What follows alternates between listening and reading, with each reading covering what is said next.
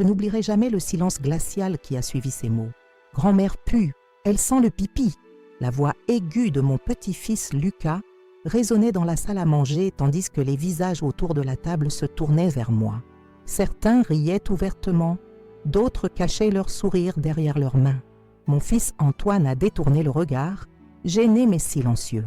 Et Camille, ma belle-fille, arborait ce petit sourire satisfait qui m'a fait comprendre immédiatement que ces paroles venaient d'elle.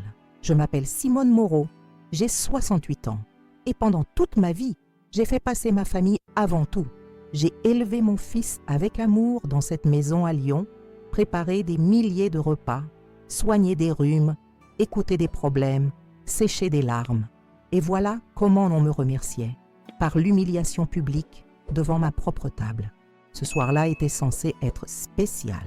J'avais passé la journée entière à préparer le repas préféré d'Antoine pour son anniversaire. Un coq au vin mijotant pendant des heures, des pommes de terre rissolées comme il les aime, et cette tarte aux pommes dont la recette se transmet dans notre famille depuis 3 générations.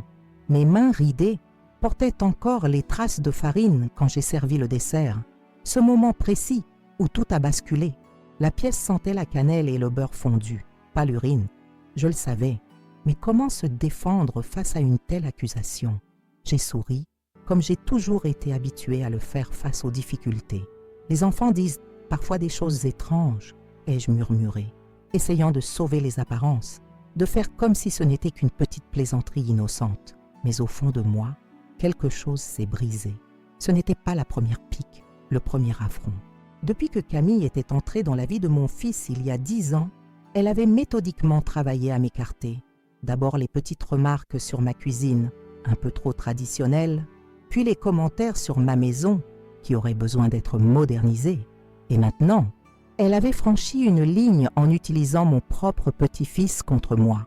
Je me souviens avoir regardé autour de la table, enregistrant chaque visage, chaque réaction.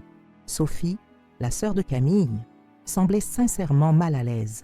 Au moins une personne dans cette famille avait encore un peu de décence. Les autres invités évitaient mon regard, soudainement fascinés par les miettes sur leurs assiettes. « Qui veut du café ?» ai-je demandé, me levant avec toute la dignité que je pouvais rassembler. Mes jambes tremblaient sous ma jupe plissée, mais je ne leur donnerais pas la satisfaction de voir à quel point j'étais blessée. Dans ma cuisine, à l'abri des regards, j'ai serré le bord de l'évier si fort que mes jointures ont blanchi. Une larme a coulé sur ma joue ridée, suivie d'une autre, puis d'une autre encore. C'est là, entre ma cafetière et mon service à thé hérité de ma mère, que j'ai pris ma décision. Je ne serai plus la grand-mère docile qui encaisse les coups sans broncher. Non, cette humiliation serait la dernière. Je méritais mieux et il était temps que ma famille l'apprenne. Quand je suis revenue avec le plateau de café, j'avais séché mes larmes et un plan commençait déjà à se former dans mon esprit. Je sourirais à Camille avec une nouvelle lueur dans les yeux, une lueur qu'elle n'avait jamais vue auparavant. Elle a froncé légèrement les sourcils, peut-être intriguée par ce changement subtil. Elle ne pouvait pas savoir qu'elle venait de réveiller en moi une part que j'avais gardée enfouie pendant des décennies. Cette femme qui, dans sa jeunesse, ne laissait personne lui marcher sur les pieds. Les jours suivants, j'ai fait comme si rien ne s'était passé. J'ai appelé Antoine pour lui demander des nouvelles. J'ai envoyé des petits messages à Lucas. J'ai même invité Camille à prendre un thé, invitation qu'elle a déclinée avec une excuse transparente. Peu importait. Je n'étais pas pressée. La vengeance, comme les bons plats, se mijote lentement. J'ai commencé à fréquenter plus souvent le café du coin, où ma vieille amie Juliette venait chaque matin. Elle m'a écoutée, indignée par ce que j'avais subi. « Tu ne peux pas laisser passer ça, Simone », m'a-t-elle dit en remuant son café. « Cette femme te manque de respect depuis trop longtemps. » Pascal, mon voisin de longue date, m'a offert son soutien à sa manière. Veuf depuis 5 ans, il comprenait la solitude, le sentiment d'être mis de côté par une famille trop occupée pour se soucier de vos sentiments. Les jeunes d'aujourd'hui ont oublié le respect, a-t-il grommelé en taillant ses rosiers. À notre époque, on n'aurait jamais parlé ainsi à nos aînés. C'est Margot, ma coiffeuse, qui a inconsciemment planté la graine de mon plan. Pendant qu'elle me coupait les cheveux, elle racontait comment son chat ne supportait pas son nouveau voisin. « Les animaux sentent les mauvaises personnes », disait-elle. C'est comme un sixième sens. J'ai gardé cette information dans un coin de ma tête, y revenant encore et encore, jusqu'à ce que l'idée prenne forme. Une semaine plus tard, j'ai rendu visite à Claude, le pharmacien du quartier. Je le connaissais depuis des années, depuis l'époque où il préparait encore lui-même certains remèdes. « Claude, lui ai-je demandé discrètement, existe-t-il quelque chose qui attirerait les animaux sans que les humains puissent le détecter ?» Son regard curieux s'est posé sur moi, mais il n'a pas posé de questions. Claude avait toujours été ainsi, discret, professionnel. « Il y a certaines phéromones, a-t-il commencé, avant de m'emmener dans l'arrière-boutique pour une conversation plus privée. Je suis sorti de la pharmacie avec un petit flacon et un sourire. La première phase de mon plan était en marche. Maintenant, il me fallait gagner l'accès à l'environnement personnel de Camille, à ses affaires, à son intimité. L'opportunité s'est présentée plus vite que prévu. Antoine m'a appelé un vendredi soir, la voix tendue. « Maman, est-ce que tu pourrais garder Lucas demain? La babysitter nous a fait faux bond et Camille et moi avons ce dîner important. » J'ai accepté immédiatement, cachant ma satisfaction. Le lendemain, j'entrai dans leur appartement moderne du centre-ville, ce lieu où je n'étais invité que lors d'occasions officielles. Lucas était content de me voir, malgré l'incident. Les enfants pardonnent facilement. Ils ne comprennent pas toujours la portée de leurs paroles. Ce n'est pas lui que je blâmais, mais celle qui lui avait soufflé ces mots cruels à l'oreille. « Grand-mère, on peut faire des cookies ?» m'a-t-il demandé avec ses grands yeux bruns, si semblables à ceux d'Antoine quand il avait son âge. Bien sûr, nous avons fait des cookies. Et pendant qu'il cuisait, pendant que Lucas était absorbé par son dessin animé préféré, j'ai commencé mon travail. Leur chambre était impeccable, comme tout le reste de cet appartement stérile qui ressemblait plus à une page de magazine qu'à un véritable foyer. Les vêtements de Camille étaient rangés par couleur, ses produits de beauté alignés avec une précision militaire. J'ai appliqué quelques gouttes de mon mélange spécial sur ses pulls préférés, sur le col de ses chemisiers, sur l'intérieur de ses chaussures, invisible, inodore pour le nez humain, mais un véritable aimant pour nos amis à quatre pattes. Ce n'était que le début. J'avais 3 mois devant moi, 3 mois pour préparer ma revanche, 3 mois pendant lesquels je me porterais volontaire pour garder Lucas, pour aider cette famille qui me méprisait tant. 3 mois à tisser ma toile, patiemment, méticuleusement. D'où venez-vous, vous qui regardez ma vidéo? Avez-vous déjà ressenti cette brûlure de l'humiliation, cette douleur sourde quand ceux que vous aimez vous manquent de respect? Si vous vous reconnaissez dans mon histoire, abonnez-vous à ma chaîne Souvenirs de grand-mère. Car ce que je vais vous raconter ensuite, la façon dont j'ai repris ma dignité, mérite toute votre attention. La maison était silencieuse lorsque j'ai servi le café ce soir-là. Les invités étaient partis un à un, murmurant des excuses embarrassées. Seul Antoine était resté, aidant à débarrasser la table avec des gestes mécaniques. Je pouvais sentir son malaise, sa honte peut-être, mais pas un mot d'excuse ne franchissait ses lèvres. « C'était un beau dîner, maman », a-t-il finalement dit en empilant les assiettes. J'ai posé la cafetière un peu trop brusquement sur la table. Une goutte brune a éclaboussé la nappe blanche. « Un beau dîner ? C'est tout ce que tu as à dire ?» Ma voix était calme, mais mes mains tremblaient. Antoine a rougi. À 42 ans, mon fils pouvait diriger une équipe de 30 personnes dans son entreprise. Mais face à moi, il redevenait ce petit garçon qui ne savait pas affronter les conflits. Lucas ne pensait pas à mal. Tu sais comment sont les enfants. J'ai secoué la tête. Ce n'est pas Lucas qui a inventé cette cruauté, Antoine. Ne fais pas semblant de ne pas comprendre. Il a détourné le regard, incapable de soutenir le mien. Camille a dit que c'était juste une plaisanterie, qu'elle ne pensait pas que Lucas le répéterait tout haut. Une plaisanterie? J'ai laissé échapper un rire sans joie. Ta femme me manque de respect depuis des années et tu le permets. Ce soir, elle a franchi une limite. Antoine est parti peu après, promettant vaguement de parler à Camille. Je savais que cette conversation n'aurait jamais lieu ou qu'elle serait édulcorée au point de perdre toute substance. Mon fils avait depuis longtemps choisi son camp et ce n'était pas le mien. Le lendemain matin, j'ai ouvert mon vieux secrétaire, celui que mon défunt mari Henri avait fabriqué de ses mains. Dans un tiroir secret, j'ai sorti un petit carnet à la couverture usée.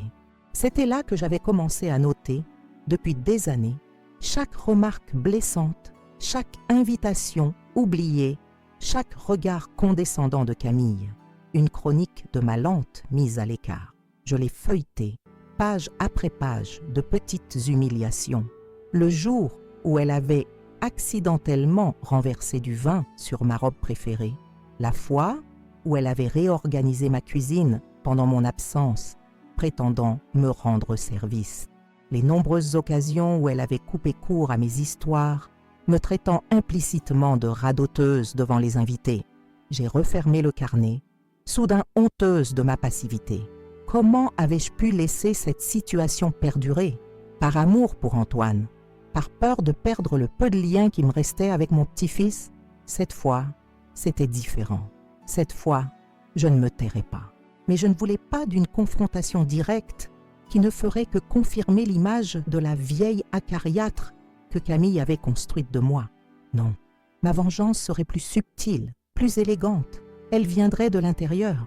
J'ai sorti une feuille de papier et j'ai commencé à dresser une liste. Les habitudes de Camille, ses allergies, ses peurs, ses vanités. 10 ans à observer cette femme allait enfin servir à quelque chose.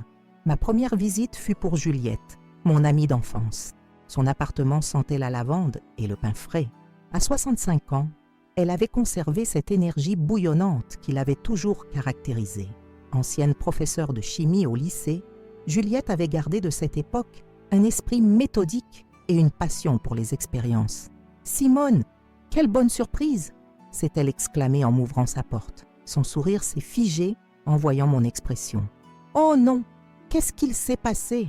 Je lui ai tout raconté, assise dans son salon au mur couvert de livres. Elle m'écoutait en hochant la tête, son indignation grandissant à chaque mot. « Et maintenant, j'ai besoin de ton aide, » ai-je conclu, de tes connaissances en chimie, plus précisément. Ses yeux ont brillé d'une lueur que je connaissais bien. « Tu veux l'empoisonner? Parce que je dois te prévenir, même si c'est tentant, les autopsies modernes sont très performantes. » J'ai éclaté de rire, le premier rire sincère depuis cette soirée désastreuse. Non, rien d'aussi dramatique. Je veux juste lui donner une leçon qu'elle n'oubliera pas. Nous avons passé l'après-midi à discuter de phéromones, d'extraits de plantes et de composés odorants. Juliette prenait des notes, son front plissé par la concentration. Le truc avec Claude pourrait fonctionner, admettait-elle. Mais il faudrait affiner la formule, la rendre plus puissante, plus spécifique. Le soir même, j'ai appelé Sophie, la sœur de Camille. Contrairement à sa sœur aînée, Sophie avait toujours été gentille avec moi. Plus discrète, moins ambitieuse peut-être, elle vivait à l'ombre de Camille depuis l'enfance. « Bonjour Sophie, c'est Simone. Je me demandais si on pourrait déjeuner ensemble cette semaine. » Il y eut un silence surpris à l'autre bout du fil. Nous n'avions jamais eu de relation privilégiée, Sophie et moi. C'était précisément pourquoi elle ne soupçonnerait rien. « Bien sûr, Simone. Avec plaisir. Jeudi, ça vous irait ?» Nous nous sommes retrouvés dans un petit restaurant près de la place Bellecour. Sophie portait un tailleur simple qui contrastait avec les tenues sophistiquées que sa sœur affectionnait. Elle semblait nerveuse, tripotant sa serviette. « Je voulais m'excuser pour l'attitude de Camille l'autre soir », a-t-elle commencé avant même que le serveur n'apporte les menus. C'était inexcusable. J'ai souri, touchée par sa sincérité. « Tu n'as pas à t'excuser pour ta sœur, Sophie. Ce n'est pas ta responsabilité. Je sais, mais... » Elle a baissé les yeux vers son verre d'eau. Camille a toujours été difficile.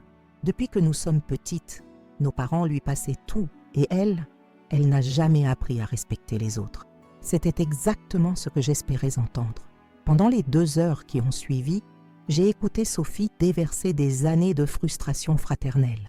J'apprenais ainsi que Camille avait une peur irrationnelle des insectes depuis l'enfance, qu'elle était obsédée par son image, passant des heures à se préparer chaque matin, que son parfum était spécialement créé pour elle par une parfumerie artisanale du Vieux-Lyon.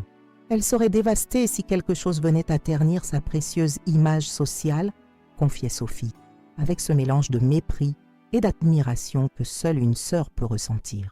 Je hochais la tête, absorbant chaque information comme une éponge. Mon plan prenait forme. Les semaines suivantes, j'ai multiplié les visites chez Antoine et Camille, prétextant vouloir passer du temps avec mon petit-fils. Chaque fois, j'apportais des gâteaux faits maison, des petits cadeaux pour Lucas. Camille me regardait avec suspicion. « Mais comment refuser à une grand-mère le droit de voir son petit-fils? C'est gentil à vous de vous proposer pour garder Lucas, disait-elle avec ce sourire faux qui ne montait jamais jusqu'à ses yeux. Ça nous arrange beaucoup. Bien sûr que ça les arrangeait. J'étais la baby-sitter gratuite, celle qu'on appelait en dernier recours. Mais chaque moment passé dans leur appartement était une opportunité pour mon plan. Une goutte ici, sur son oreiller, une autre là, dans ses chaussures préférées. Le composé que Claude et Juliette avaient perfectionné faisait son œuvre, lentement, invisiblement. Un jour, alors que je préparais le goûter de Lucas dans leur cuisine, Camille est rentrée plus tôt que prévu. « Lucas m'a dit que vous lui racontez des histoires sur son grand-père » a-t-elle dit sans préambule, les bras croisés. « Des histoires monnaie que nous préférerions qu'il n'entende pas. » J'ai continué à tartiner le pain d'une couche généreuse de confiture. Je lui parle de son histoire familiale, Camille. Henri était un homme bon. Lucas a le droit de savoir qui était son grand-père. Ses histoires de guerre, de résistance, ce sont des sujets trop durs pour un enfant de son âge. J'ai posé le couteau, me tournant lentement vers elle. Tu préférerais que je lui parle de quoi? De célébrités, de jeux vidéo, de l'odeur prétendue de sa grand-mère? Son visage s'est durci. C'était une plaisanterie malheureuse? Je me suis excusée. Non, Camille, tu ne t'es jamais excusée, ni pour ça, ni pour toutes les autres petites cruautés que tu m'as fait subir depuis 10 ans. Un éclair de surprise a traversé son regard.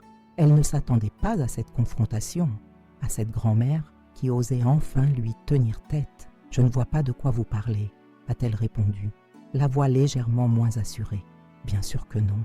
Les gens comme toi ne voient jamais le mal qu'ils font. » J'ai repris le couteau, terminant tranquillement ma tâche. « Maintenant, si tu veux bien m'excuser, ton fils attend son goûter. » Cette nuit-là, en rentrant chez moi, j'ai appelé Pascal. Mon voisin avait toujours eu un faible pour moi, depuis que son épouse était décédée 5 ans plus tôt. À 70 ans, il gardait cette élégance discrète des hommes de sa génération. « Pascal, c'est Simone. J'aurais besoin d'un service. »« Tout ce que tu veux, Simone, » a-t-il répondu sans hésitation. « Tu connais bien le directeur du Petit Bistrot, n'est-ce pas? J'aimerais organiser une surprise pour l'anniversaire d'Antoine, dans 3 semaines. » Une surprise? Oui, mais pas celle qu'ils imaginaient. Les jours passaient et mon plan continuait à se déployer. J'avais préparé un cadeau spécial pour Camille, un flacon de parfum presque identique au sien, mais enrichi de notre composé spécial. L'étiquette était une reproduction parfaite de son parfum habituel, réalisé par un ami graphiste de Juliette. Je l'ai envoyé 1 semaine avant le dîner, avec une carte, pour m'excuser de nos récents désaccords. Avec affection, Simone. Le message était calculé pour la déstabiliser. Elle ne s'attendait pas à des excuses, encore moins à un cadeau. Sa méfiance serait atténuée par sa propre vanité. Qui refuserait un parfum de luxe? Et par la satisfaction de me voir capituler. 2 jours avant le grand soir, j'ai invité Lucas à passer l'après-midi chez moi. J'avais besoin de savoir si Camille utilisait mon cadeau. « Ta maman a reçu mon petit paquet ?» ai-je demandé innocemment, en lui servant un chocolat chaud. Lucas a hoché la tête, la bouche pleine de cookies. « Oui, elle a dit que c'était gentil. Elle le met tous les jours maintenant. » J'ai dû me retenir de sourire trop largement. C'est merveilleux. « Et dis-moi, Lucas, pourquoi as-tu dit cette chose sur moi, au dîner d'anniversaire de papa ?» Son visage s'est assombri immédiatement.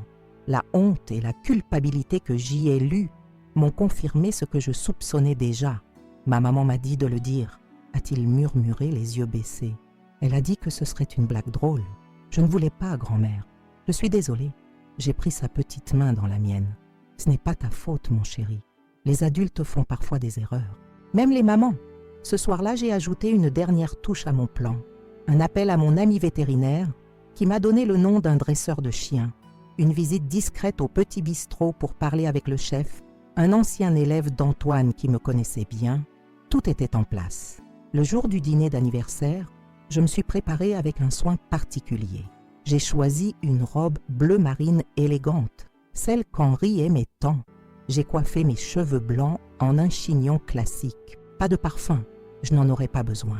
En me regardant dans le miroir, j'ai cherché la trace de cette jeune femme que j'avais été autrefois, celle qui avait traversé mai 68 avec passion, celle qui avait tenu tête à son père pour épouser Henri, malgré son désaccord. Cette femme était toujours là, derrière les rides et les cheveux blancs. Elle n'avait jamais vraiment disparu. Ce soir, Simone, ai-je murmuré à mon reflet, tu reprends ta dignité. En arrivant au petit bistrot, j'ai immédiatement repéré notre table. Antoine et Camille étaient déjà là, ainsi que Lucas et quelques amis proches. Sophie m'a fait un petit signe discret.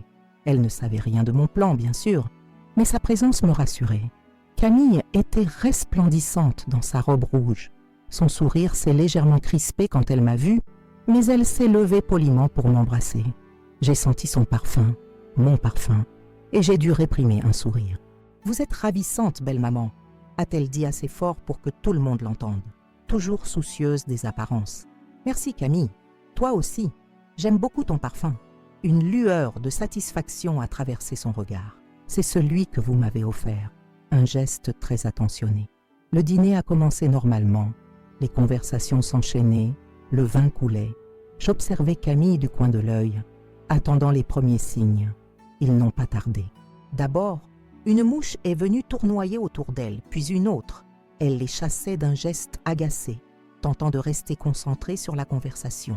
Puis le chat du restaurant, habituellement si discret, est venu se frotter contre ses jambes avec insistance. Elle l'a repoussé doucement une fois, puis plus fermement. « Ce chat est vraiment étrange », a-t-elle commenté, visiblement mal à l'aise. Antoine n'a pas semblé remarquer son trouble, trop occupé à raconter une anecdote de bureau. Mais moi, je voyais tout, la légère transpiration qui commençait à perler sur son front, ses gestes de plus en plus nerveux pour chasser les insectes invisibles, le chat qui revenait sans cesse, comme attiré par un aimant irrésistible. Le moment que j'attendais est arrivé quand Camille s'est levée pour porter un toast. Debout, levant son verre, elle a commencé un discours préparé sur l'homme merveilleux qu'elle avait épousé. C'est alors que la porte du restaurant s'est ouverte, laissant entrer un homme promenant son Golden Retriever. Le chien, apparemment docile, s'est soudain figé, le museau en l'air, puis essaye comme possédé. Il s'est arraché à sa laisse et s'est précipité droit sur Camille. Tout s'est passé très vite. Le bond du chien, le cri de Camille, la table des desserts renversée dans un fracas de porcelaine brisée et le silence stupéfait qui a suivi. Camille était là, étendue parmi les éclats de crème et de fruits, le chien lui léchant frénétiquement le visage, tandis que son maître confus tentait de le maîtriser. C'est à ce moment précis que je me suis levée, lentement, délibérément. Tous les regards se sont tournés vers moi. Comme c'est curieux, ai-je dit dans le silence choqué, il semble que quelqu'un ici sent mauvais pour les animaux. Peut-être est-ce l'odeur d'une âme mesquine. Le chaos qui suivit fut presque chorégraphique dans sa perfection. Le maître du chien se confondait en excuses, tirant désespérément sur la laisse de son animal qui semblait avoir complètement perdu la raison. Le Golden Retriever, habituellement si bien élevé selon son propriétaire confus, continuait à tourner autour de Camille, reniflant ses vêtements avec une fascination obsessionnelle. « Brutus n'a jamais fait ça auparavant. Je ne comprends pas », répétait l'homme, mortifié, tandis que le serveur accourait avec des serviettes. Camille s'était relevée, le visage écarlate, sa robe rouge désormais maculée de crème pâtissière et de coulis de framboise. Ses cheveux parfaitement coiffés pendaient en mèches désordonnées. Elle ressemblait à une poupée de chiffon trempée, sa dignité aussi ruinée que sa tenue. Antoine s'était précipité à ses côtés, épongeant maladroitement les dégâts avec sa serviette de table. Les autres invités restaient figés, oscillant entre l'inquiétude polie et l'hilarité contenue. Sophie, la sœur de Camille, avait plaqué une main sur sa bouche, mais je pouvais voir le rire dans ses yeux. « Maman, tu vas bien ?» demanda Antoine à sa femme, utilisant ce surnom qui m'avait toujours irrité. Camille ne répondit pas immédiatement, son regard rivé sur moi. Dans ses yeux, je lisais la confusion, puis une lente compréhension, et enfin, délice suprême, une pointe de peur. Pour la première fois, elle me voyait vraiment, non pas comme la vieille belle-mère inoffensive et soumise, mais comme une adversaire. « Je vais parfaitement bien », articula-t-elle finalement, sa voix aussi glaciale que son regard était brûlant. C'était un accident stupide. Les serveurs s'affairaient autour de nous, nettoyant les débris, apportant des serviettes humides. Le manager du restaurant nous offrait des excuses empressées. promettant que notre repas serait offert, que des mesures seraient prises pour éviter qu'un tel incident ne se reproduise. J'ai accepté ces excuses avec un sourire tranquille, sachant pertinemment que le restaurant n'y était pour rien. Ces choses arrivent, ai-je dit avec magnanimité. Les animaux sont parfois imprévisibles. Le repas a repris, mais l'atmosphère avait irrémédiablement changé. La conversation était forcée, les rires trop aigus. Camille avait emprunté un châle à Sophie pour couvrir sa robe tachée, mais rien ne pouvait dissimuler sa humiliation. Elle sursautait au moindre mouvement près de la porte, craignant visiblement l'arrivée d'un autre animal vengeur. Le petit Lucas observait tout cela avec des yeux ronds. Il avait été étonnamment silencieux depuis le début du dîner, me jetant parfois des regards furtifs. J'avais l'impression qu'un poids invisible pesait sur ses petites épaules. Lorsque le dessert fut servi, une nouvelle sélection apportée en remplacement de celle détruite, Lucas quitta soudainement sa chaise pour venir se blottir contre moi. « Grand-mère, murmura-t-il, assez fort pour être entendu par toute la table. Je suis désolé pour ce que j'ai dit à ton anniversaire. Maman m'a dit de le faire, mais je savais que ce n'était pas gentil. » Le silence qui suivit fut assourdissant. Tous les regards se tournèrent vers Camille, dont le visage passa du rouge au blanc en un instant. « Lucas, ce n'est pas le moment, » siffla-t-elle entre ses dents. « Mais c'est vrai, » insista le petit garçon, les larmes aux yeux. « Tu as dit que ça ferait rire papa et que grand-mère ne comprendrait pas de toute façon parce qu'elle est trop vieille. » J'ai posé ma main sur la tête de Lucas, caressant doucement ses cheveux. « Ce n'est rien, mon chéri. Je ne t'en veux pas du tout. » Antoine regardait alternativement sa femme et son fils, son visage reflétant un mélange de confusion et de consternation grandissante. « Camille, commença-t-il lentement, est-ce que c'est vrai? Tu as demandé à Lucas de dire ça ?» La question flotta dans l'air comme une accusation.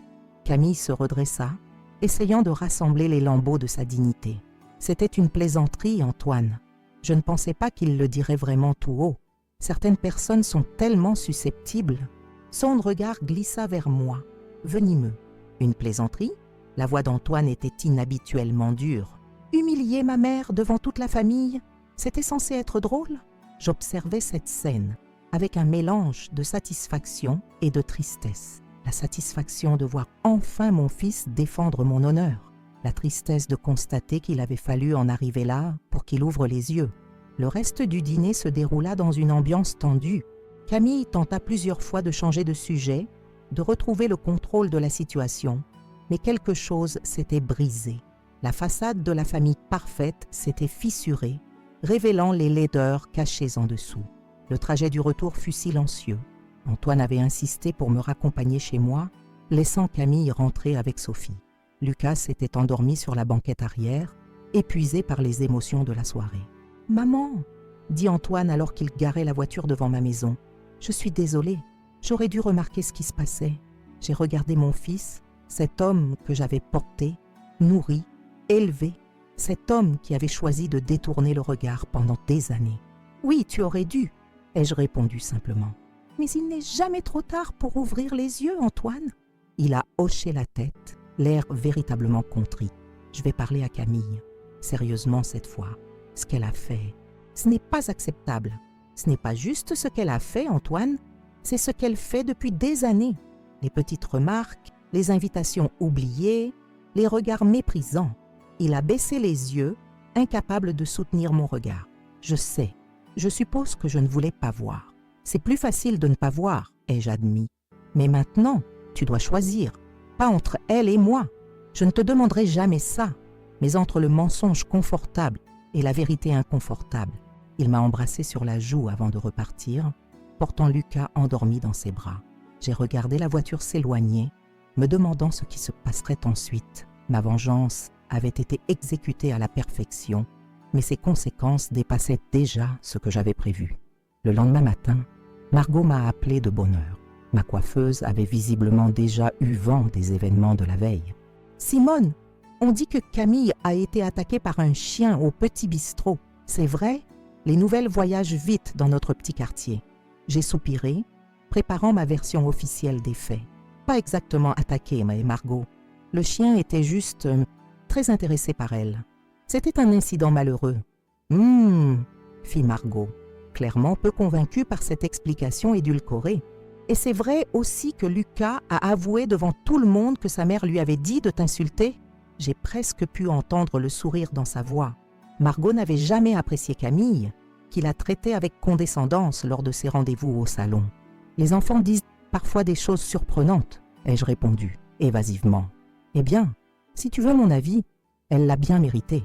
Cette femme se croit au-dessus de tout le monde depuis trop longtemps. Après avoir raccroché, j'ai réalisé que ma vengeance prenait une dimension que je n'avais pas anticipée. Je voulais humilier Camille, lui donner une leçon, mais je n'avais pas prévu l'impact sur toute la famille, sur Antoine, sur Lucas, sur moi-même. Je me suis préparé un café, regardant par la fenêtre de ma cuisine le jardin qu'Henri et moi avions planté ensemble. Les roses qu'il aimait tant étaient en fleurs, éclatantes dans la lumière matinale. Qu'aurait-il pensé de tout cela? Henri avait toujours été plus mesuré que moi, plus réfléchi. Aurait-il approuvé ma petite vengeance? Mes réflexions furent interrompues par la sonnette de la porte. Sur le seuil se tenait Lucas, son petit visage sérieux sous la frange de cheveux bruns. « Lucas, que fais-tu ici tout seul ?»« Papa m'a déposé, » répondit-il en entrant. Il avait une réunion importante. Maman et lui se sont disputés toute la nuit, alors il m'a emmené avec lui ce matin. Je l'ai conduit à la cuisine, lui servant un chocolat chaud et des tartines. Il mangeait en silence, me jetant des regards incertains. « Tu es fâchée contre moi, grand-mère ?» demanda-t-il finalement, sa petite voix tremblante. « Bien sûr que non, mon chéri. Pourquoi le serais-je? Pour ce que j'ai dit à ton anniversaire. C'était méchant. » J'ai pris ses mains dans les miennes. Ses doigts étaient potelés et chauds, tellement petits comparés aux miens, marqués par les années. « Lucas, écoute-moi bien. Tu n'es pas responsable des mots que les adultes te mettent dans la bouche. Tu es un bon garçon, et je t'aime de tout mon cœur. Même si maman dit des choses pas gentilles sur toi, même dans ce cas. Et tu sais quoi? Je pense que ta maman a juste besoin d'apprendre certaines choses, comme le respect et la gentillesse. » Il a hoché la tête solennellement. Papa lui a dit ça aussi hier soir, très fort. Il pensait dès que je dormais, mais j'entendais tout. Cette révélation m'a fait à la fois plaisir et peine. Plaisir de savoir qu'Antoine avait enfin pris position. Peine de penser que Lucas avait été témoin d'une dispute parentale. Nous avons passé la journée ensemble, Lucas et moi. Je lui ai appris à faire des cookies, comme ma mère me l'avait enseigné. Nous avons jardiné, ses petites mains plantant des graines de capucine le long de la clôture. Je lui ai raconté des histoires sur son grand-père, sur la France d'autrefois, sur les valeurs qui avaient guidé notre famille pendant des générations. Ce n'est qu'en fin d'après-midi qu'Antoine est venu le chercher. Il avait l'air fatigué, les traits tirés. Comment ça s'est passé? Ai-je demandé alors que Lucas rassemblait ses affaires. Antoine s'est passé une main sur le visage. Pas bien. Camille refuse d'admettre qu'elle a fait quoi que ce soit de mal. Elle dit que tu exagères tout, que tu essaies de monter Lucas contre elle. Et toi, qu'est-ce que tu en penses? Il a soupiré profondément. Je pense que j'ai été aveugle pendant trop longtemps. Je me souviens de toutes les fois où j'ai laissé passer ces remarques, où j'ai ignoré tes expressions blessées. Je me disais que c'était juste de petits malentendus, que vous finiriez par vous entendre. Certaines personnes ne veulent pas s'entendre, Antoine. Elles veulent dominer, contrôler. Il a hoché la tête, pensif. Elle va chez sa sœur pour quelques jours. On a besoin d'espace pour réfléchir, tous les deux. C'était plus que je n'avais espéré. Ma petite vengeance avait déclenché une avalanche dont je ne pouvais prédire l'issue. Une part de moi se réjouissait. Camille méritait cette remise en question, cette humiliation publique. Mais une autre part s'inquiétait pour Lucas, pour mon fils, pour l'équilibre fragile de cette famille dont je faisais partie malgré tout. Les jours suivants furent étrangement calmes. Antoine m'appelait plus souvent, me demandant de garder Lucas après l'école. Nous avons repris cette routine qui nous avait manqué pendant des années. Les goûters ensemble, les devoirs sur la table de la cuisine, les discussions sur sa journée. Une semaine après l'incident du restaurant, j'ai reçu la visite de Sophie. Elle semblait nerveuse, triturant son sac à main en s'asseyant dans mon salon. « Camille est chez moi », annonça-t-elle sans préambule. « Elle ne va pas bien, Simone. » J'ai haussé un sourcil, attendant la suite. Sophie se mordillait la lèvre, cherchant visiblement ses mots. Les choses étranges continuent à se produire autour d'elle. Hier, les oiseaux du parc l'ont littéralement attaquée pendant notre promenade. Et ce matin, j'ai retrouvé mon chat endormi sur ses vêtements. Mon chat qui déteste tout le monde sauf moi. J'ai pris une gorgée de thé pour masquer mon sourire. Le composé était encore actif, apparemment, plus puissant que prévu même. La nature est parfois mystérieuse, ai-je commenté d'un ton neutre. Sophie m'a regardé longuement, un soupçon naissant dans ses yeux. Simone, est-ce que par hasard? Non, c'est ridicule. Qu'est-ce qui est ridicule, Sophie? Rien, rien. Elle a secoué la tête, chassant l'idée qui venait de l'effleurer. C'est juste que Camille est convaincue que tout ça a un rapport avec toi, avec le parfum que tu lui as offert spécifiquement. Vraiment? Et pourquoi penserait-elle une chose pareille? Parce que les problèmes ont commencé juste après qu'elle ait commencé à le porter. Et parce que tu as dit cette chose étrange au restaurant, sur l'odeur d'une âme mesquine. J'ai posé ma tasse de thé, regardant Sophie droit dans les yeux. Ta sœur me croit capable de... Quoi exactement? D'ensorceler un parfum? De commander aux animaux? Je suis une vieille dame, Sophie, pas une sorcière. Elle a rougi légèrement. Bien sûr, c'est absurde. C'est ce que je lui ai dit. Mais elle est vraiment perturbée, Simone. Antoine menace de demander la garde exclusive de Lucas si elle ne consulte pas un thérapeute. Cette information m'a prise au dépourvu. Les choses allaient beaucoup plus loin que je ne l'avais imaginé. Je voulais donner une leçon à Camille, pas détruire complètement sa vie. Je suis désolée d'entendre ça, ai-je dit, sincèrement cette fois. Peut-être qu'un peu d'aide professionnelle lui ferait effectivement du bien. Sophie s'est levée pour partir, mais s'est arrêtée à la porte du salon. Je ne crois pas aux coïncidences, Simone. Je ne sais pas comment tu as fait, mais je sais que tu n'es pas innocente dans cette histoire. Elle n'attendait pas de réponse et je n'en ai pas offert. Certains secrets sont faits pour être gardés. Cette nuit-là, allongée dans mon lit, j'ai réfléchi aux conséquences imprévues de mes actions. La satisfaction de la vengeance s'estompait, remplacée par une forme de responsabilité que je n'avais pas anticipée. J'avais voulu punir Camille, mais j'avais aussi ébranlé la stabilité de la vie de Lucas, la carrière d'Antoine, l'équilibre précaire de toute une famille. Était-ce le prix à payer pour ma dignité retrouvée? Henri aurait probablement dit que la meilleure vengeance est de vivre bien, d'avancer sans rancœur. Mais Henri n'avait jamais eu à supporter les petites humiliations quotidiennes que Camille m'avait fait subir. Le lendemain, j'ai appelé Claude, le pharmacien. Le composé que nous avons créé, combien de temps reste-t-il actif? Difficile à dire avec précision, a-t-il répondu prudemment. Avec l'exposition à l'air et au lavage, probablement encore quelques semaines. Pourquoi? Il y a un problème? Non, pas exactement, mais je me demandais, existe-t-il un antidote, un moyen de neutraliser ces effets plus rapidement? Il y eut un silence à l'autre bout de la ligne. Simone, qu'as-tu fait exactement? Rien d'irréparable, ai-je assuré, mais peut-être quelque chose qui nécessite maintenant un peu de modération. Claude a soupiré. Viens à la pharmacie demain matin. Nous verrons ce que nous pouvons faire. En raccrochant, j'ai ressenti un étrange mélange de soulagement et de regret. Ma vengeance avait été douce, plus douce que je ne l'avais imaginé. Mais comme toutes les douceurs, elle commençait à laisser un arrière-goût amer. J'ignorais encore comment cette histoire se terminerait, mais je savais une chose avec certitude. Camille ne me regarderait plus jamais de haut. Et mon petit-fils Lucas saurait désormais que sa grand-mère n'était pas une femme qu'on pouvait humilier impunément. Parfois, même les plus douces des grand-mères ont des épines, comme les roses d'Henri dans mon jardin, et ceux qui s'y frottent de trop près finissent inévitablement par se piquer. Le petit laboratoire de Claude ressemblait davantage à l'antre d'un alchimiste qu'à l'arrière-boutique d'une pharmacie moderne.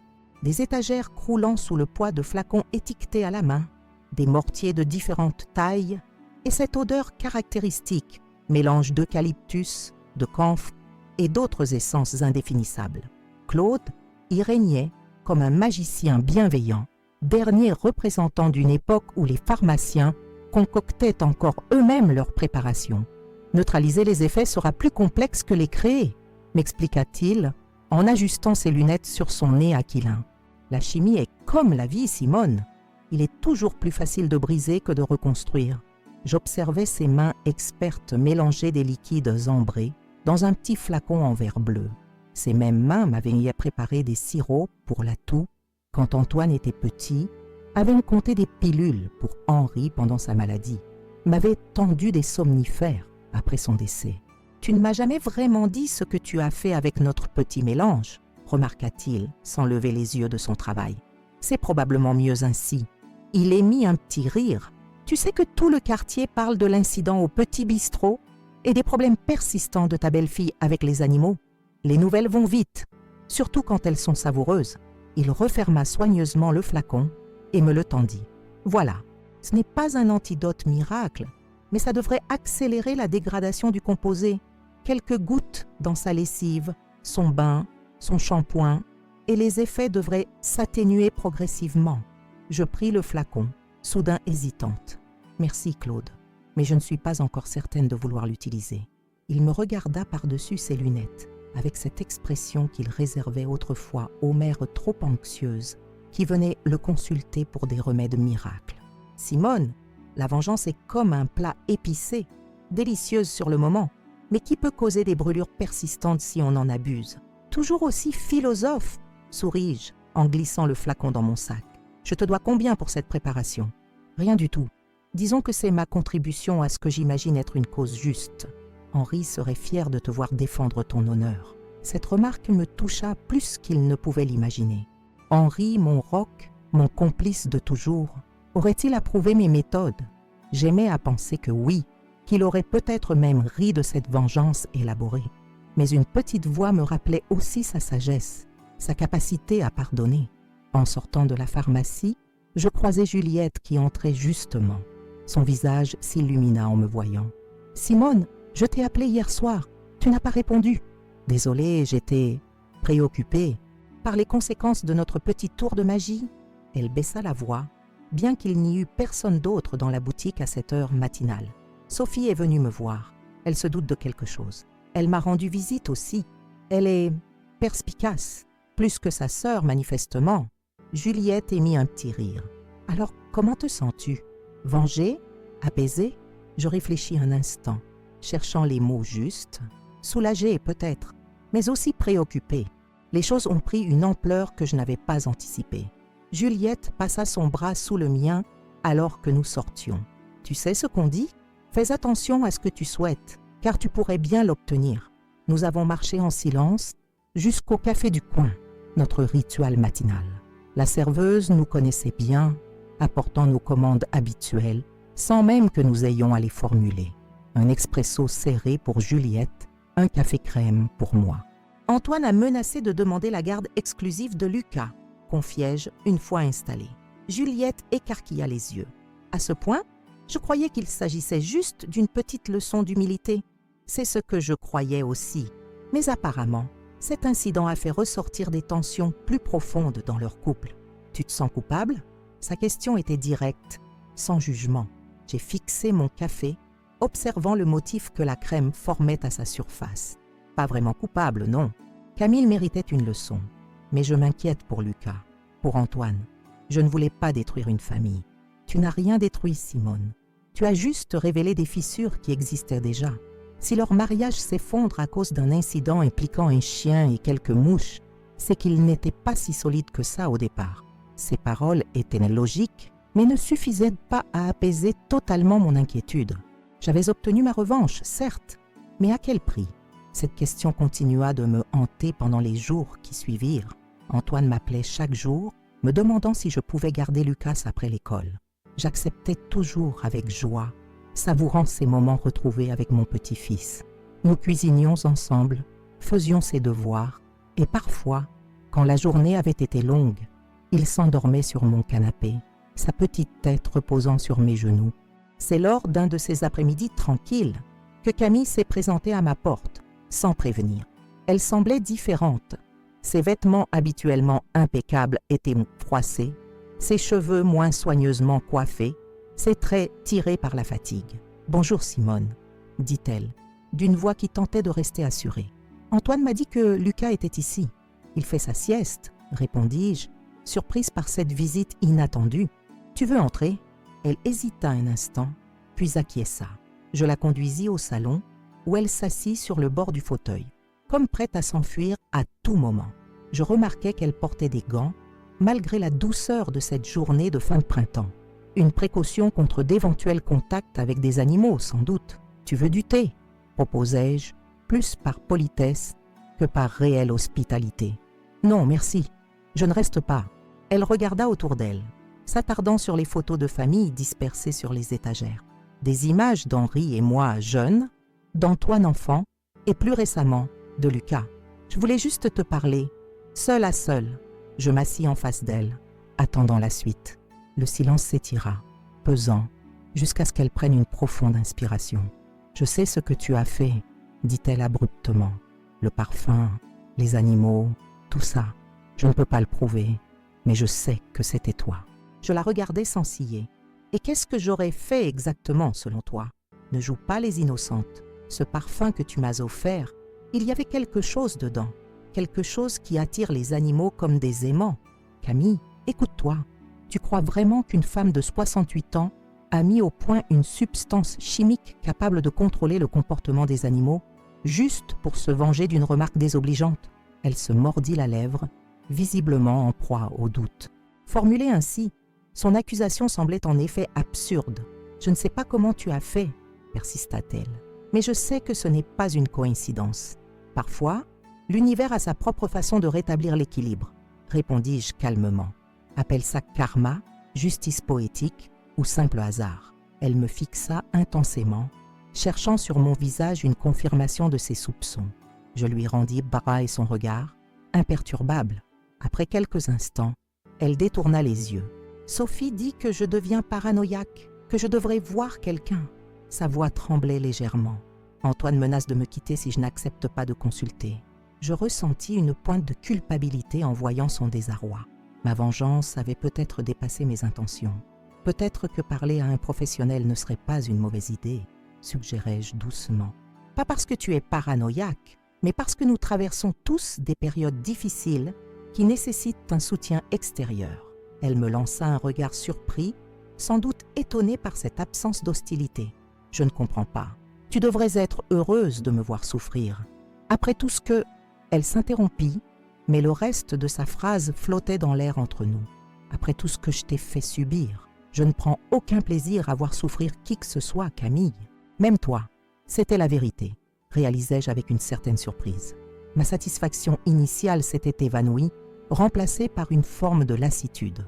Ce qui s'est passé au restaurant était malheureux, mais peut-être était-ce nécessaire pour nous tous. Nécessaire ? Elle parut intriguée malgré elle. Pour mettre fin à ce petit jeu qui dure depuis trop longtemps entre nous, ces petites cruautés, ces tensions constantes. Ce n'est bon pour personne, ni pour toi, ni pour moi, ni pour Antoine, et surtout pas pour Lucas. Mes paroles semblaient l'atteindre. Ses épaules s'affaissèrent légèrement, comme si elle relâchait une tension trop longtemps maintenue. « Je n'ai jamais voulu être une mauvaise personne, » murmura-t-elle, si bas que je faillis ne pas l'entendre. « Personne ne le veut, Camille.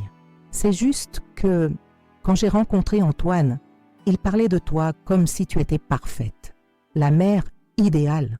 J'ai senti que je devais, je ne sais pas, te repousser pour trouver ma place. Cette confession inattendue me prit au dépourvu. Pendant toutes ces années, j'avais interprété son hostilité comme de la pure méchanceté, sans jamais considérer qu'elle puisse provenir d'une insécurité. « Je suis loin d'être parfaite, » répondis-je, doucement. « J'ai fait mes propres erreurs en élevant Antoine, et j'en fais encore aujourd'hui. » Un léger bruit nous interrompit. Lucas se tenait dans l'embrasure de la porte, les yeux encore ensommeillés, serrant contre lui la vieille peluche que je gardais toujours pour ses visites. « Maman ?» Il semblait confus de la voir ici. « Tu es venue me chercher ?» Camille se leva, essayant de composer un sourire. « Oui, mon chéri, ça te dirait qu'on rentre tous les trois à la maison ? Papa nous attend pour dîner. » Tous les trois, il nous regarda alternativement, Camille et moi. « Grand-mère vient aussi ?» Un silence embarrassé suivit sa question. Camille me jeta un regard hésitant, puis, à ma grande surprise, hocha la tête. « Si ta grand-mère est d'accord, bien sûr. » Je restai sans voix un instant, ne sachant comment interpréter cette invitation inattendue. Était-ce un geste sincère ou une simple façade pour apaiser Lucas ? « S'il te plaît, grand-mère, » insista Lucas, pleinement réveillé maintenant. « Papa fait son poulet rôti ce soir, celui que tu adores. » Le regard que Camille me lança était impossible à déchiffrer entièrement, mais j'y détectais quelque chose de nouveau. Pas de l'amitié, certainement, mais peut-être une forme de respect réticent, une reconnaissance mutuelle de nos forces et de nos faiblesses. J'aimerais beaucoup venir, répondis-je finalement. Le dîner ce soir-là fut étrange, empreint d'une politesse tendue. Antoine paraissait stupéfait de nous voir, Camille et moi, assises à la même table, sans animosité manifeste. Lucas, lui, rayonnait, inconscient des courants complexes qui circulaient entre les adultes. Camille fit un effort visible. Elle me servit en premier, me demanda mon avis sur la cuisson des légumes, s'enquit poliment de mes activités récentes. Son comportement n'avait rien de chaleureux, mais l'absence d'hostilité était en soi un changement remarquable.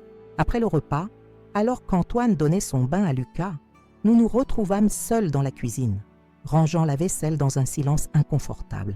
« Je ne sais pas si je peux te pardonner, » dit-elle soudain, manipulant précautionneusement un verre à vin, « pour ce que tu m'as fait. » Je notais qu'elle parlait comme si mon implication était un fait établi, pas une simple suspicion. « Je ne t'ai rien demandé de tel, » répondis-je calmement, tout comme je ne sais pas si je peux te pardonner pour 10 années de petite cruauté. Elle acquiesça lentement. « Alors quoi? On fait semblant? Pour Antoine et Lucas, peut-être qu'on pourrait essayer autre chose. Ni pardon, ni oubli. Juste un nouveau départ, avec des limites claires et un respect mutuel. »« Un respect mutuel », répéta-t-elle, comme si elle testait ses mots. « Je peux essayer. » Avant de partir ce soir-là, je sortis discrètement le flacon bleu que Claude m'avait préparé et le glissai dans le tiroir à lessive de leur salle de bain. Un geste de paix, à ma façon. Camille n'avait pas besoin de savoir qu'il venait de moi. Les semaines qui suivirent virent s'établir une trêve fragile. Camille et moi n'étions pas devenus amis. Nous ne le serions probablement jamais. Mais l'hostilité avait cédé la place à une forme de coexistence pacifique.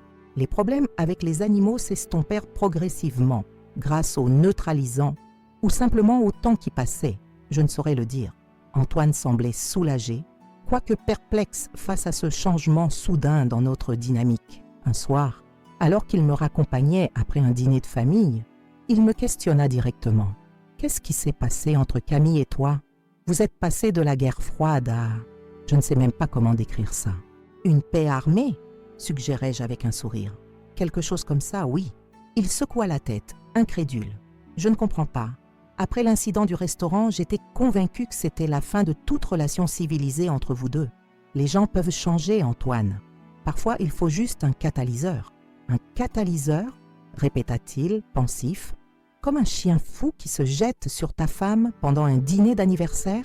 Je ne pus réprimer un petit rire. La vie prend parfois des tournants inattendus. Il me regarda longuement et je sentis qu'il hésitait à creuser davantage, à me demander si j'avais joué un rôle dans cet accident.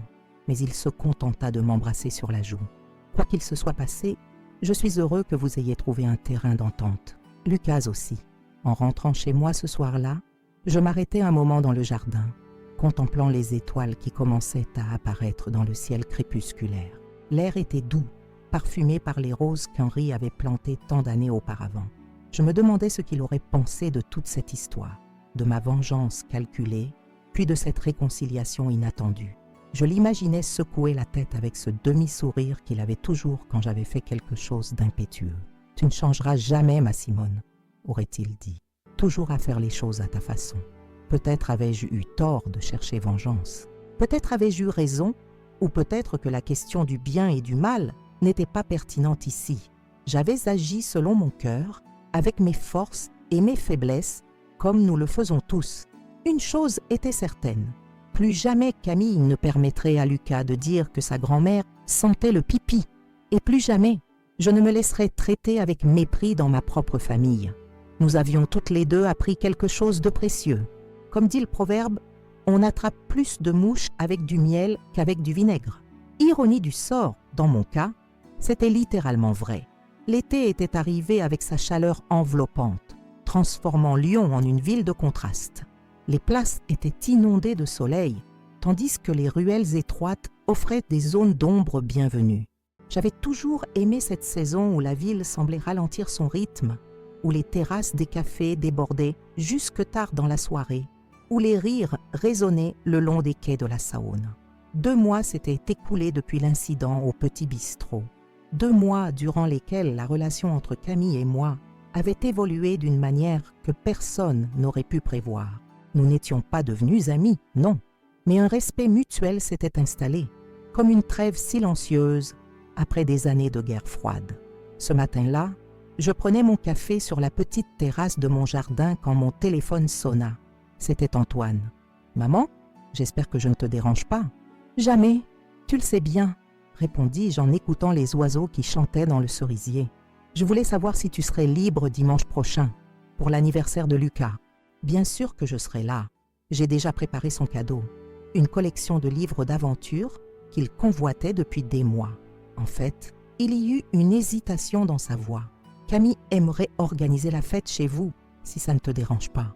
Elle dit que votre jardin serait parfait, avec tous ces espaces ombragés. » Je restais silencieuse un moment, saisie par la surprise. Camille, qui souhaitait organiser une fête chez moi, c'était inattendu, pour ne pas dire plus. « Maman, tu es toujours là ? » ?»« Oui, oui, » me repris-je. « Bien sûr que vous pouvez faire la fête ici. Je serai ravie. »« Super. Je te passe Camille. Elle veut te parler des détails. » Il y eut un bruit de fond, puis la voix de Camille résonna dans le téléphone, étonnamment cordiale. « Bonjour Simone. Merci d'accepter d'héberger la fête. Je pensais à quelque chose d'assez simple. Une dizaine d'enfants de sa classe, des jeux dans le jardin, un goûter. Nous avons discuté pendant près d'une demi-heure, planifiant les moindres détails. J'étais stupéfaite par ce changement d'attitude. Il y avait encore quelques mois, Camille m'aurait à peine consultée, se contentant de me donner des ordres sous forme de suggestions. Aujourd'hui, elle sollicitait réellement mon avis, semblant valoriser mon expérience. Après avoir raccroché, je restais pensive, fixant mon jardin qui s'épanouissait sous le soleil matinal. Quelque chose avait fondamentalement changé, pas seulement entre Camille et moi, mais en moi-même. Cette vengeance que j'avais orchestrée avec tant de minutie avait certes apporté une satisfaction immédiate, mais son véritable cadeau avait été inattendu. Elle avait rétabli un équilibre, m'avait permis de me tenir droite à nouveau, de retrouver ma voix. Margot passa en fin de matinée, comme elle le faisait souvent depuis qu'elle avait pris sa retraite du salon de coiffure.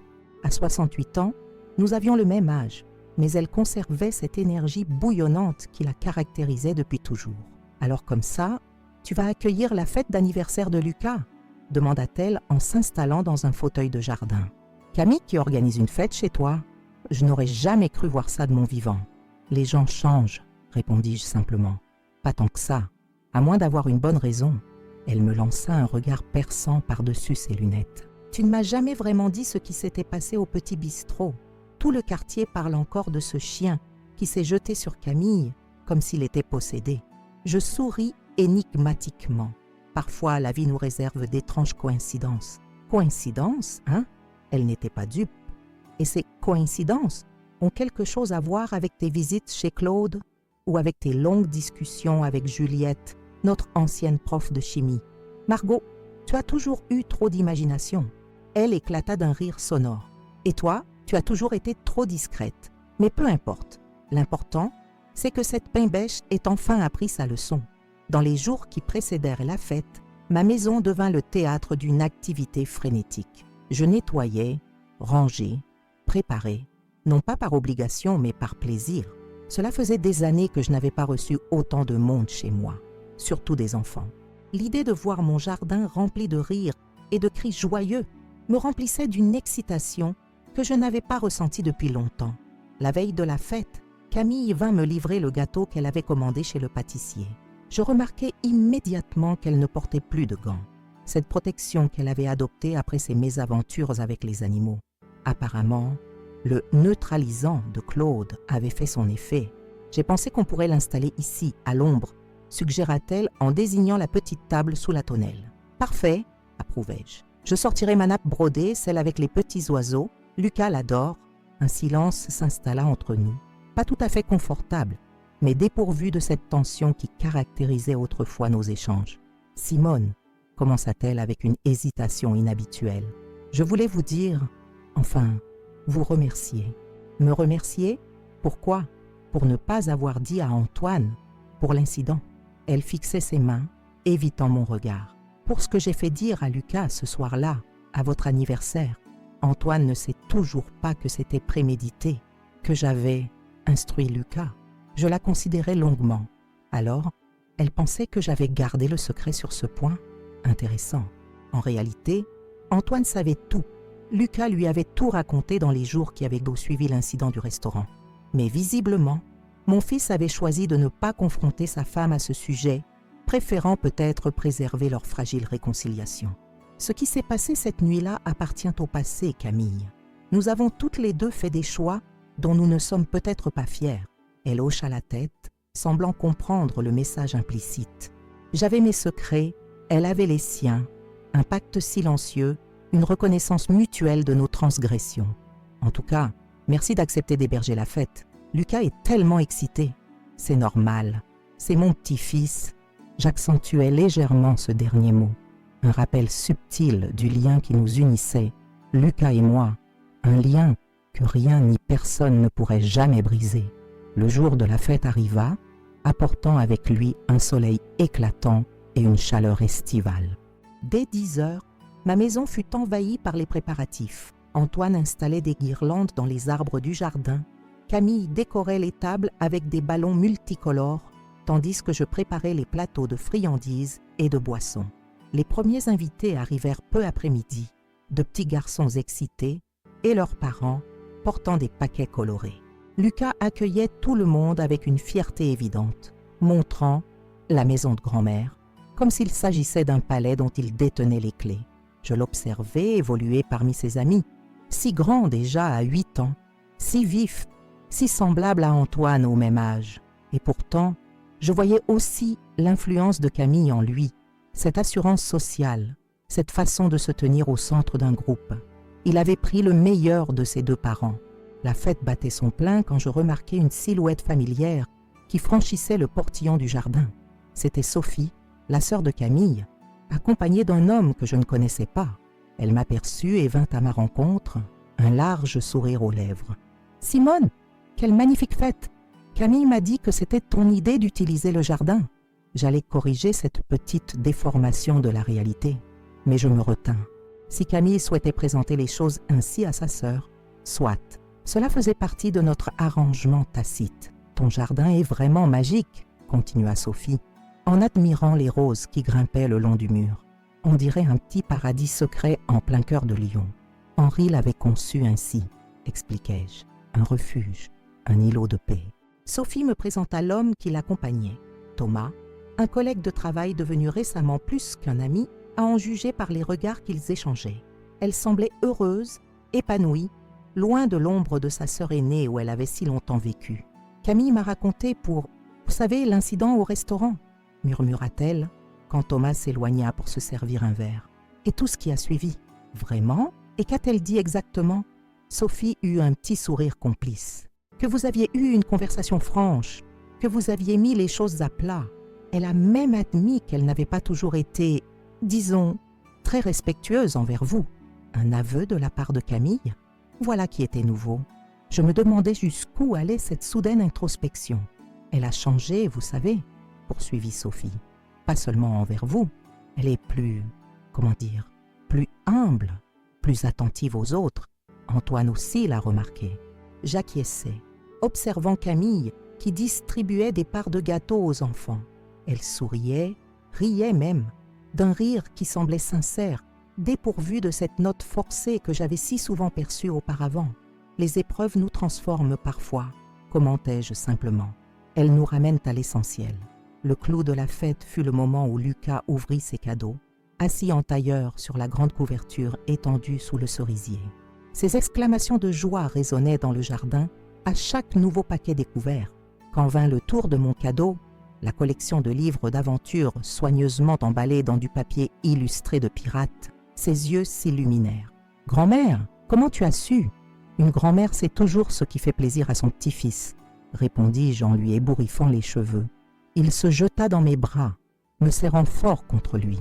Par-dessus son épaule, je croisai le regard de Camille. Il n'y avait plus de jalousie, plus de compétition dans ses yeux. Juste une acceptation tranquille, une reconnaissance du lien spécial qui unissait Lucas et moi. La fête se poursuivit jusqu'au crépuscule. Les parents vinrent récupérer leurs enfants épuisés mais ravis. Les derniers rayons du soleil doraient les murs de ma maison quand je me retrouvai finalement seule avec ma famille. Antoine, Camille et Lucas qui luttaient contre le sommeil. « Je vais le monter », proposa Antoine en soulevant son fils dans ses bras. « Il peut dormir dans ton ancienne chambre. »« Bien sûr, j'ai changé les draps ce matin. » Tandis qu'Antoine montait l'escalier avec Lucas somnolent contre son épaule, je me retrouvai seule avec Camille dans le salon. Elle m'aida à rassembler les dernières assiettes, travaillant en silence à mes côtés. Une scène domestique banale qui aurait été impensable quelques mois plus tôt. « C'était une belle journée, dit-elle finalement, en plaçant les assiettes dans l'évier. Oui, Lucas semblait heureux, c'est l'essentiel. » Elle acquiesça, puis sembla hésiter, comme si elle cherchait ses mots. « Simone, je ne sais pas si on pourra un jour être proches, mais je voulais que vous sachiez que je regrette la façon dont je vous ai traité toutes ces années, les petites mesquineries, les remarques, ce que j'ai fait dire à Lucas. » Sa confession me prit au dépourvu. Je ne m'attendais pas à des excuses aussi directes, aussi explicites. « Qu'est-ce qui a changé, Camille ?» demandai-je, sincèrement curieuse. Elle réfléchit un moment avant de répondre. « L'humiliation, je suppose. Ce qui s'est passé au restaurant, être la risée de tout le monde, même brièvement, ça m'a fait comprendre ce que j'avais pu vous faire ressentir. » J'hochai la tête, appréciant son honnêteté.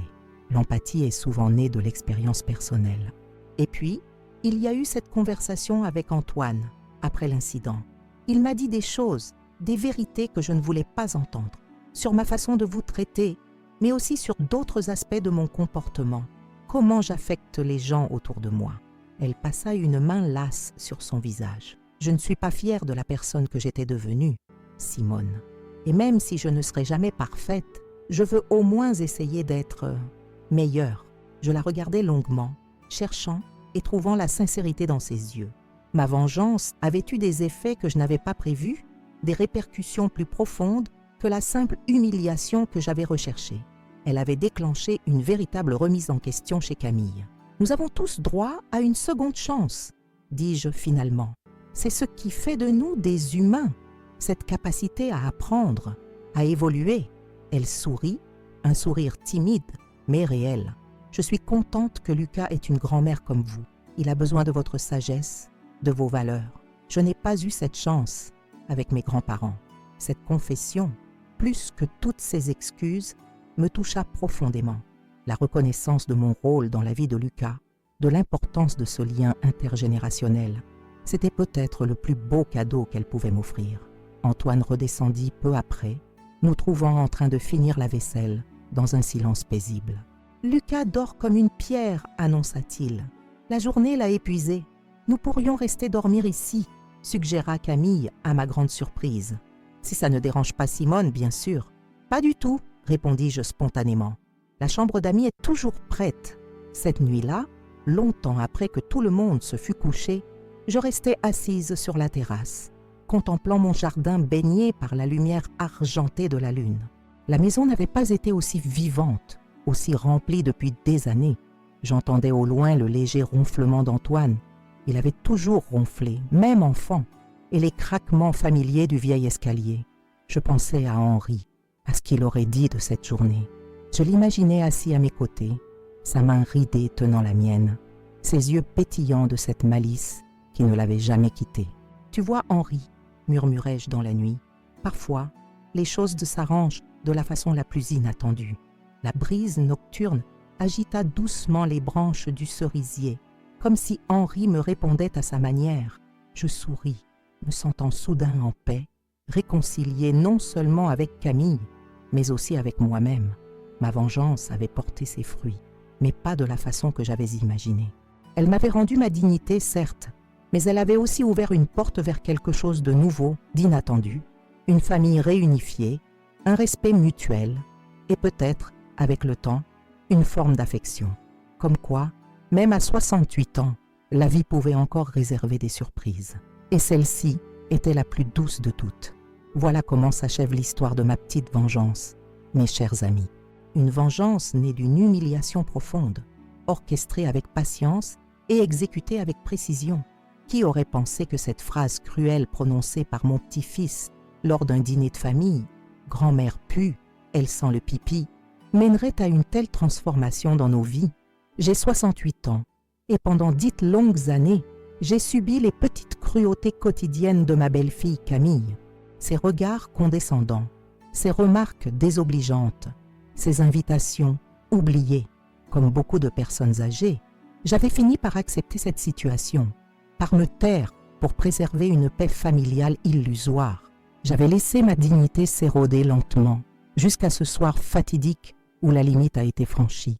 Mais cette histoire n'est pas seulement celle d'une vengeance, c'est l'histoire d'une femme qui a refusé de rester dans le rôle de victime qu'on lui avait assigné. C'est l'histoire d'une grand-mère qui a prouvé que l'âge n'enlève rien à notre droit au respect, à notre capacité d'agir, à notre pouvoir sur notre propre vie. Avec l'aide de mes fidèles amis, Claude le pharmacien, Juliette l'ancienne professeure de chimie, Pascal mon voisin, j'ai élaboré un plan qui semblait tout droit sorti d'un roman. Créer une substance qui attirerait irrésistiblement les animaux vers Camille. Une substance que j'ai patiemment appliquée sur ses vêtements, ses affaires personnelles, avant de lui offrir un parfum spécial pour parfaire mon œuvre. Le résultat a dépassé mes espérances. Cette scène au petit bistrot restera gravée dans ma mémoire. Camille, debout, portant un toast prétentieux, soudain attaquée par un chien apparemment fou, s'effondrant dans un fracas de porcelaine brisée et de dessert renversé. Et ma phrase, prononcée dans le silence stupéfait, « Il semble que quelqu'un ici sent mauvais pour les animaux. Peut-être est-ce l'odeur d'une âme mesquine ?»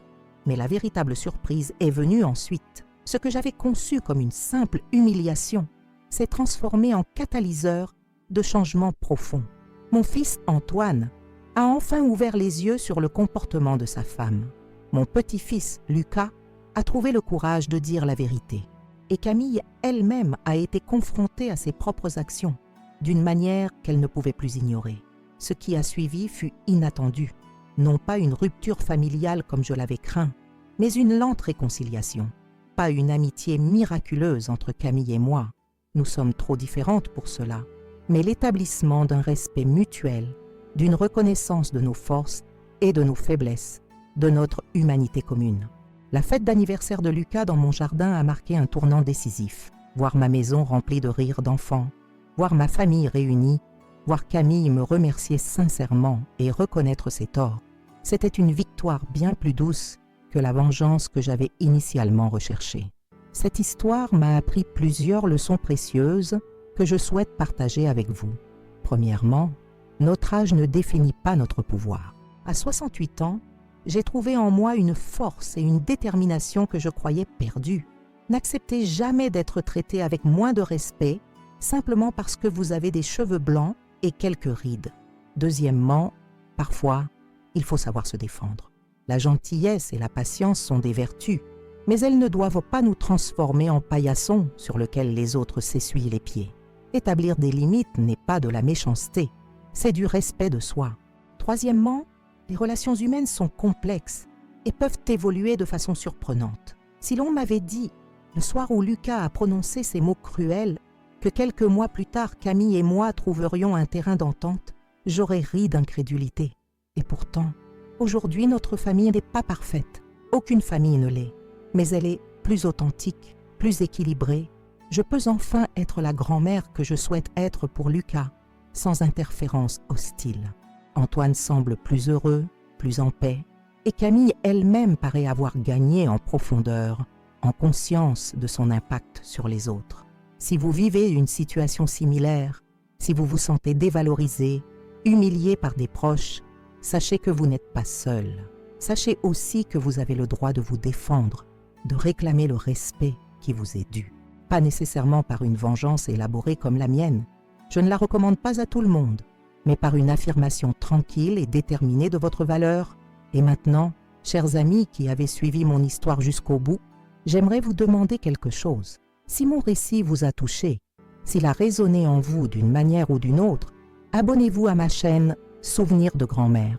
J'y partage régulièrement des histoires comme celle-ci, des moments de ma vie qui portent peut-être des leçons utiles pour la vôtre. Laissez un commentaire pour me dire ce que vous auriez fait à ma place. Auriez-vous choisi la vengeance comme moi? Ou auriez-vous trouvé une autre voie? Racontez-moi vos propres expériences avec des belles filles difficiles, des situations familiales complexes, des moments où vous avez dû défendre votre dignité. Je lis personnellement tous vos messages et ils m'inspirent pour mes prochaines vidéos. Votre soutien signifie beaucoup pour moi. Chaque j'aime, chaque partage, chaque commentaire me montre que mes histoires trouvent un écho, qu'elles ne se perdent pas dans le vide. À mon âge, se sentir écoutée, comprise, c'est un cadeau inestimable. Si vous appréciez particulièrement mon travail et souhaitez m'aider à continuer, vous pouvez également contribuer via le système Merci de la plateforme. Vos dons, même modestes, me permettent de couvrir les frais liés à la production de ces vidéos quotidiennes.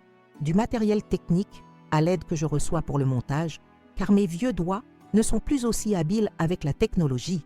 Ces contributions m'aident à vous offrir des histoires de qualité, régulièrement, sans avoir à dépendre financièrement de mes enfants. N'hésitez pas non plus à explorer les autres vidéos de ma chaîne. J'y raconte d'autres moments marquants de ma vie, certains drôles, d'autres émouvants, tous authentiques. Des histoires de mon enfance dans la France d'après-guerre, de ma jeunesse pendant mai 68, de mon mariage avec Henri, de mes années comme mère de famille, et maintenant de ma vie de grand-mère. Des tranches de vie qui, je l'espère, vous divertiront et peut-être même vous inspireront. La vie ne s'arrête pas à 68 ans, ni à 80, ni même à 100 ans tant qu'on respire. Elle continue de nous offrir des défis, des joies, des apprentissages. Elle nous invite à rester dignes, à rester vrais, à rester nous-mêmes face aux petites et grandes tempêtes, comme je le dis souvent à mon petit-fils Lucas. La vieillesse, c'est juste la jeunesse avec plus d'expérience. Et parfois, cette expérience nous permet de concocter des vengeances particulièrement savoureuses. Merci de m'avoir écouté aujourd'hui. À bientôt pour une nouvelle histoire sur Souvenirs de grand-mère.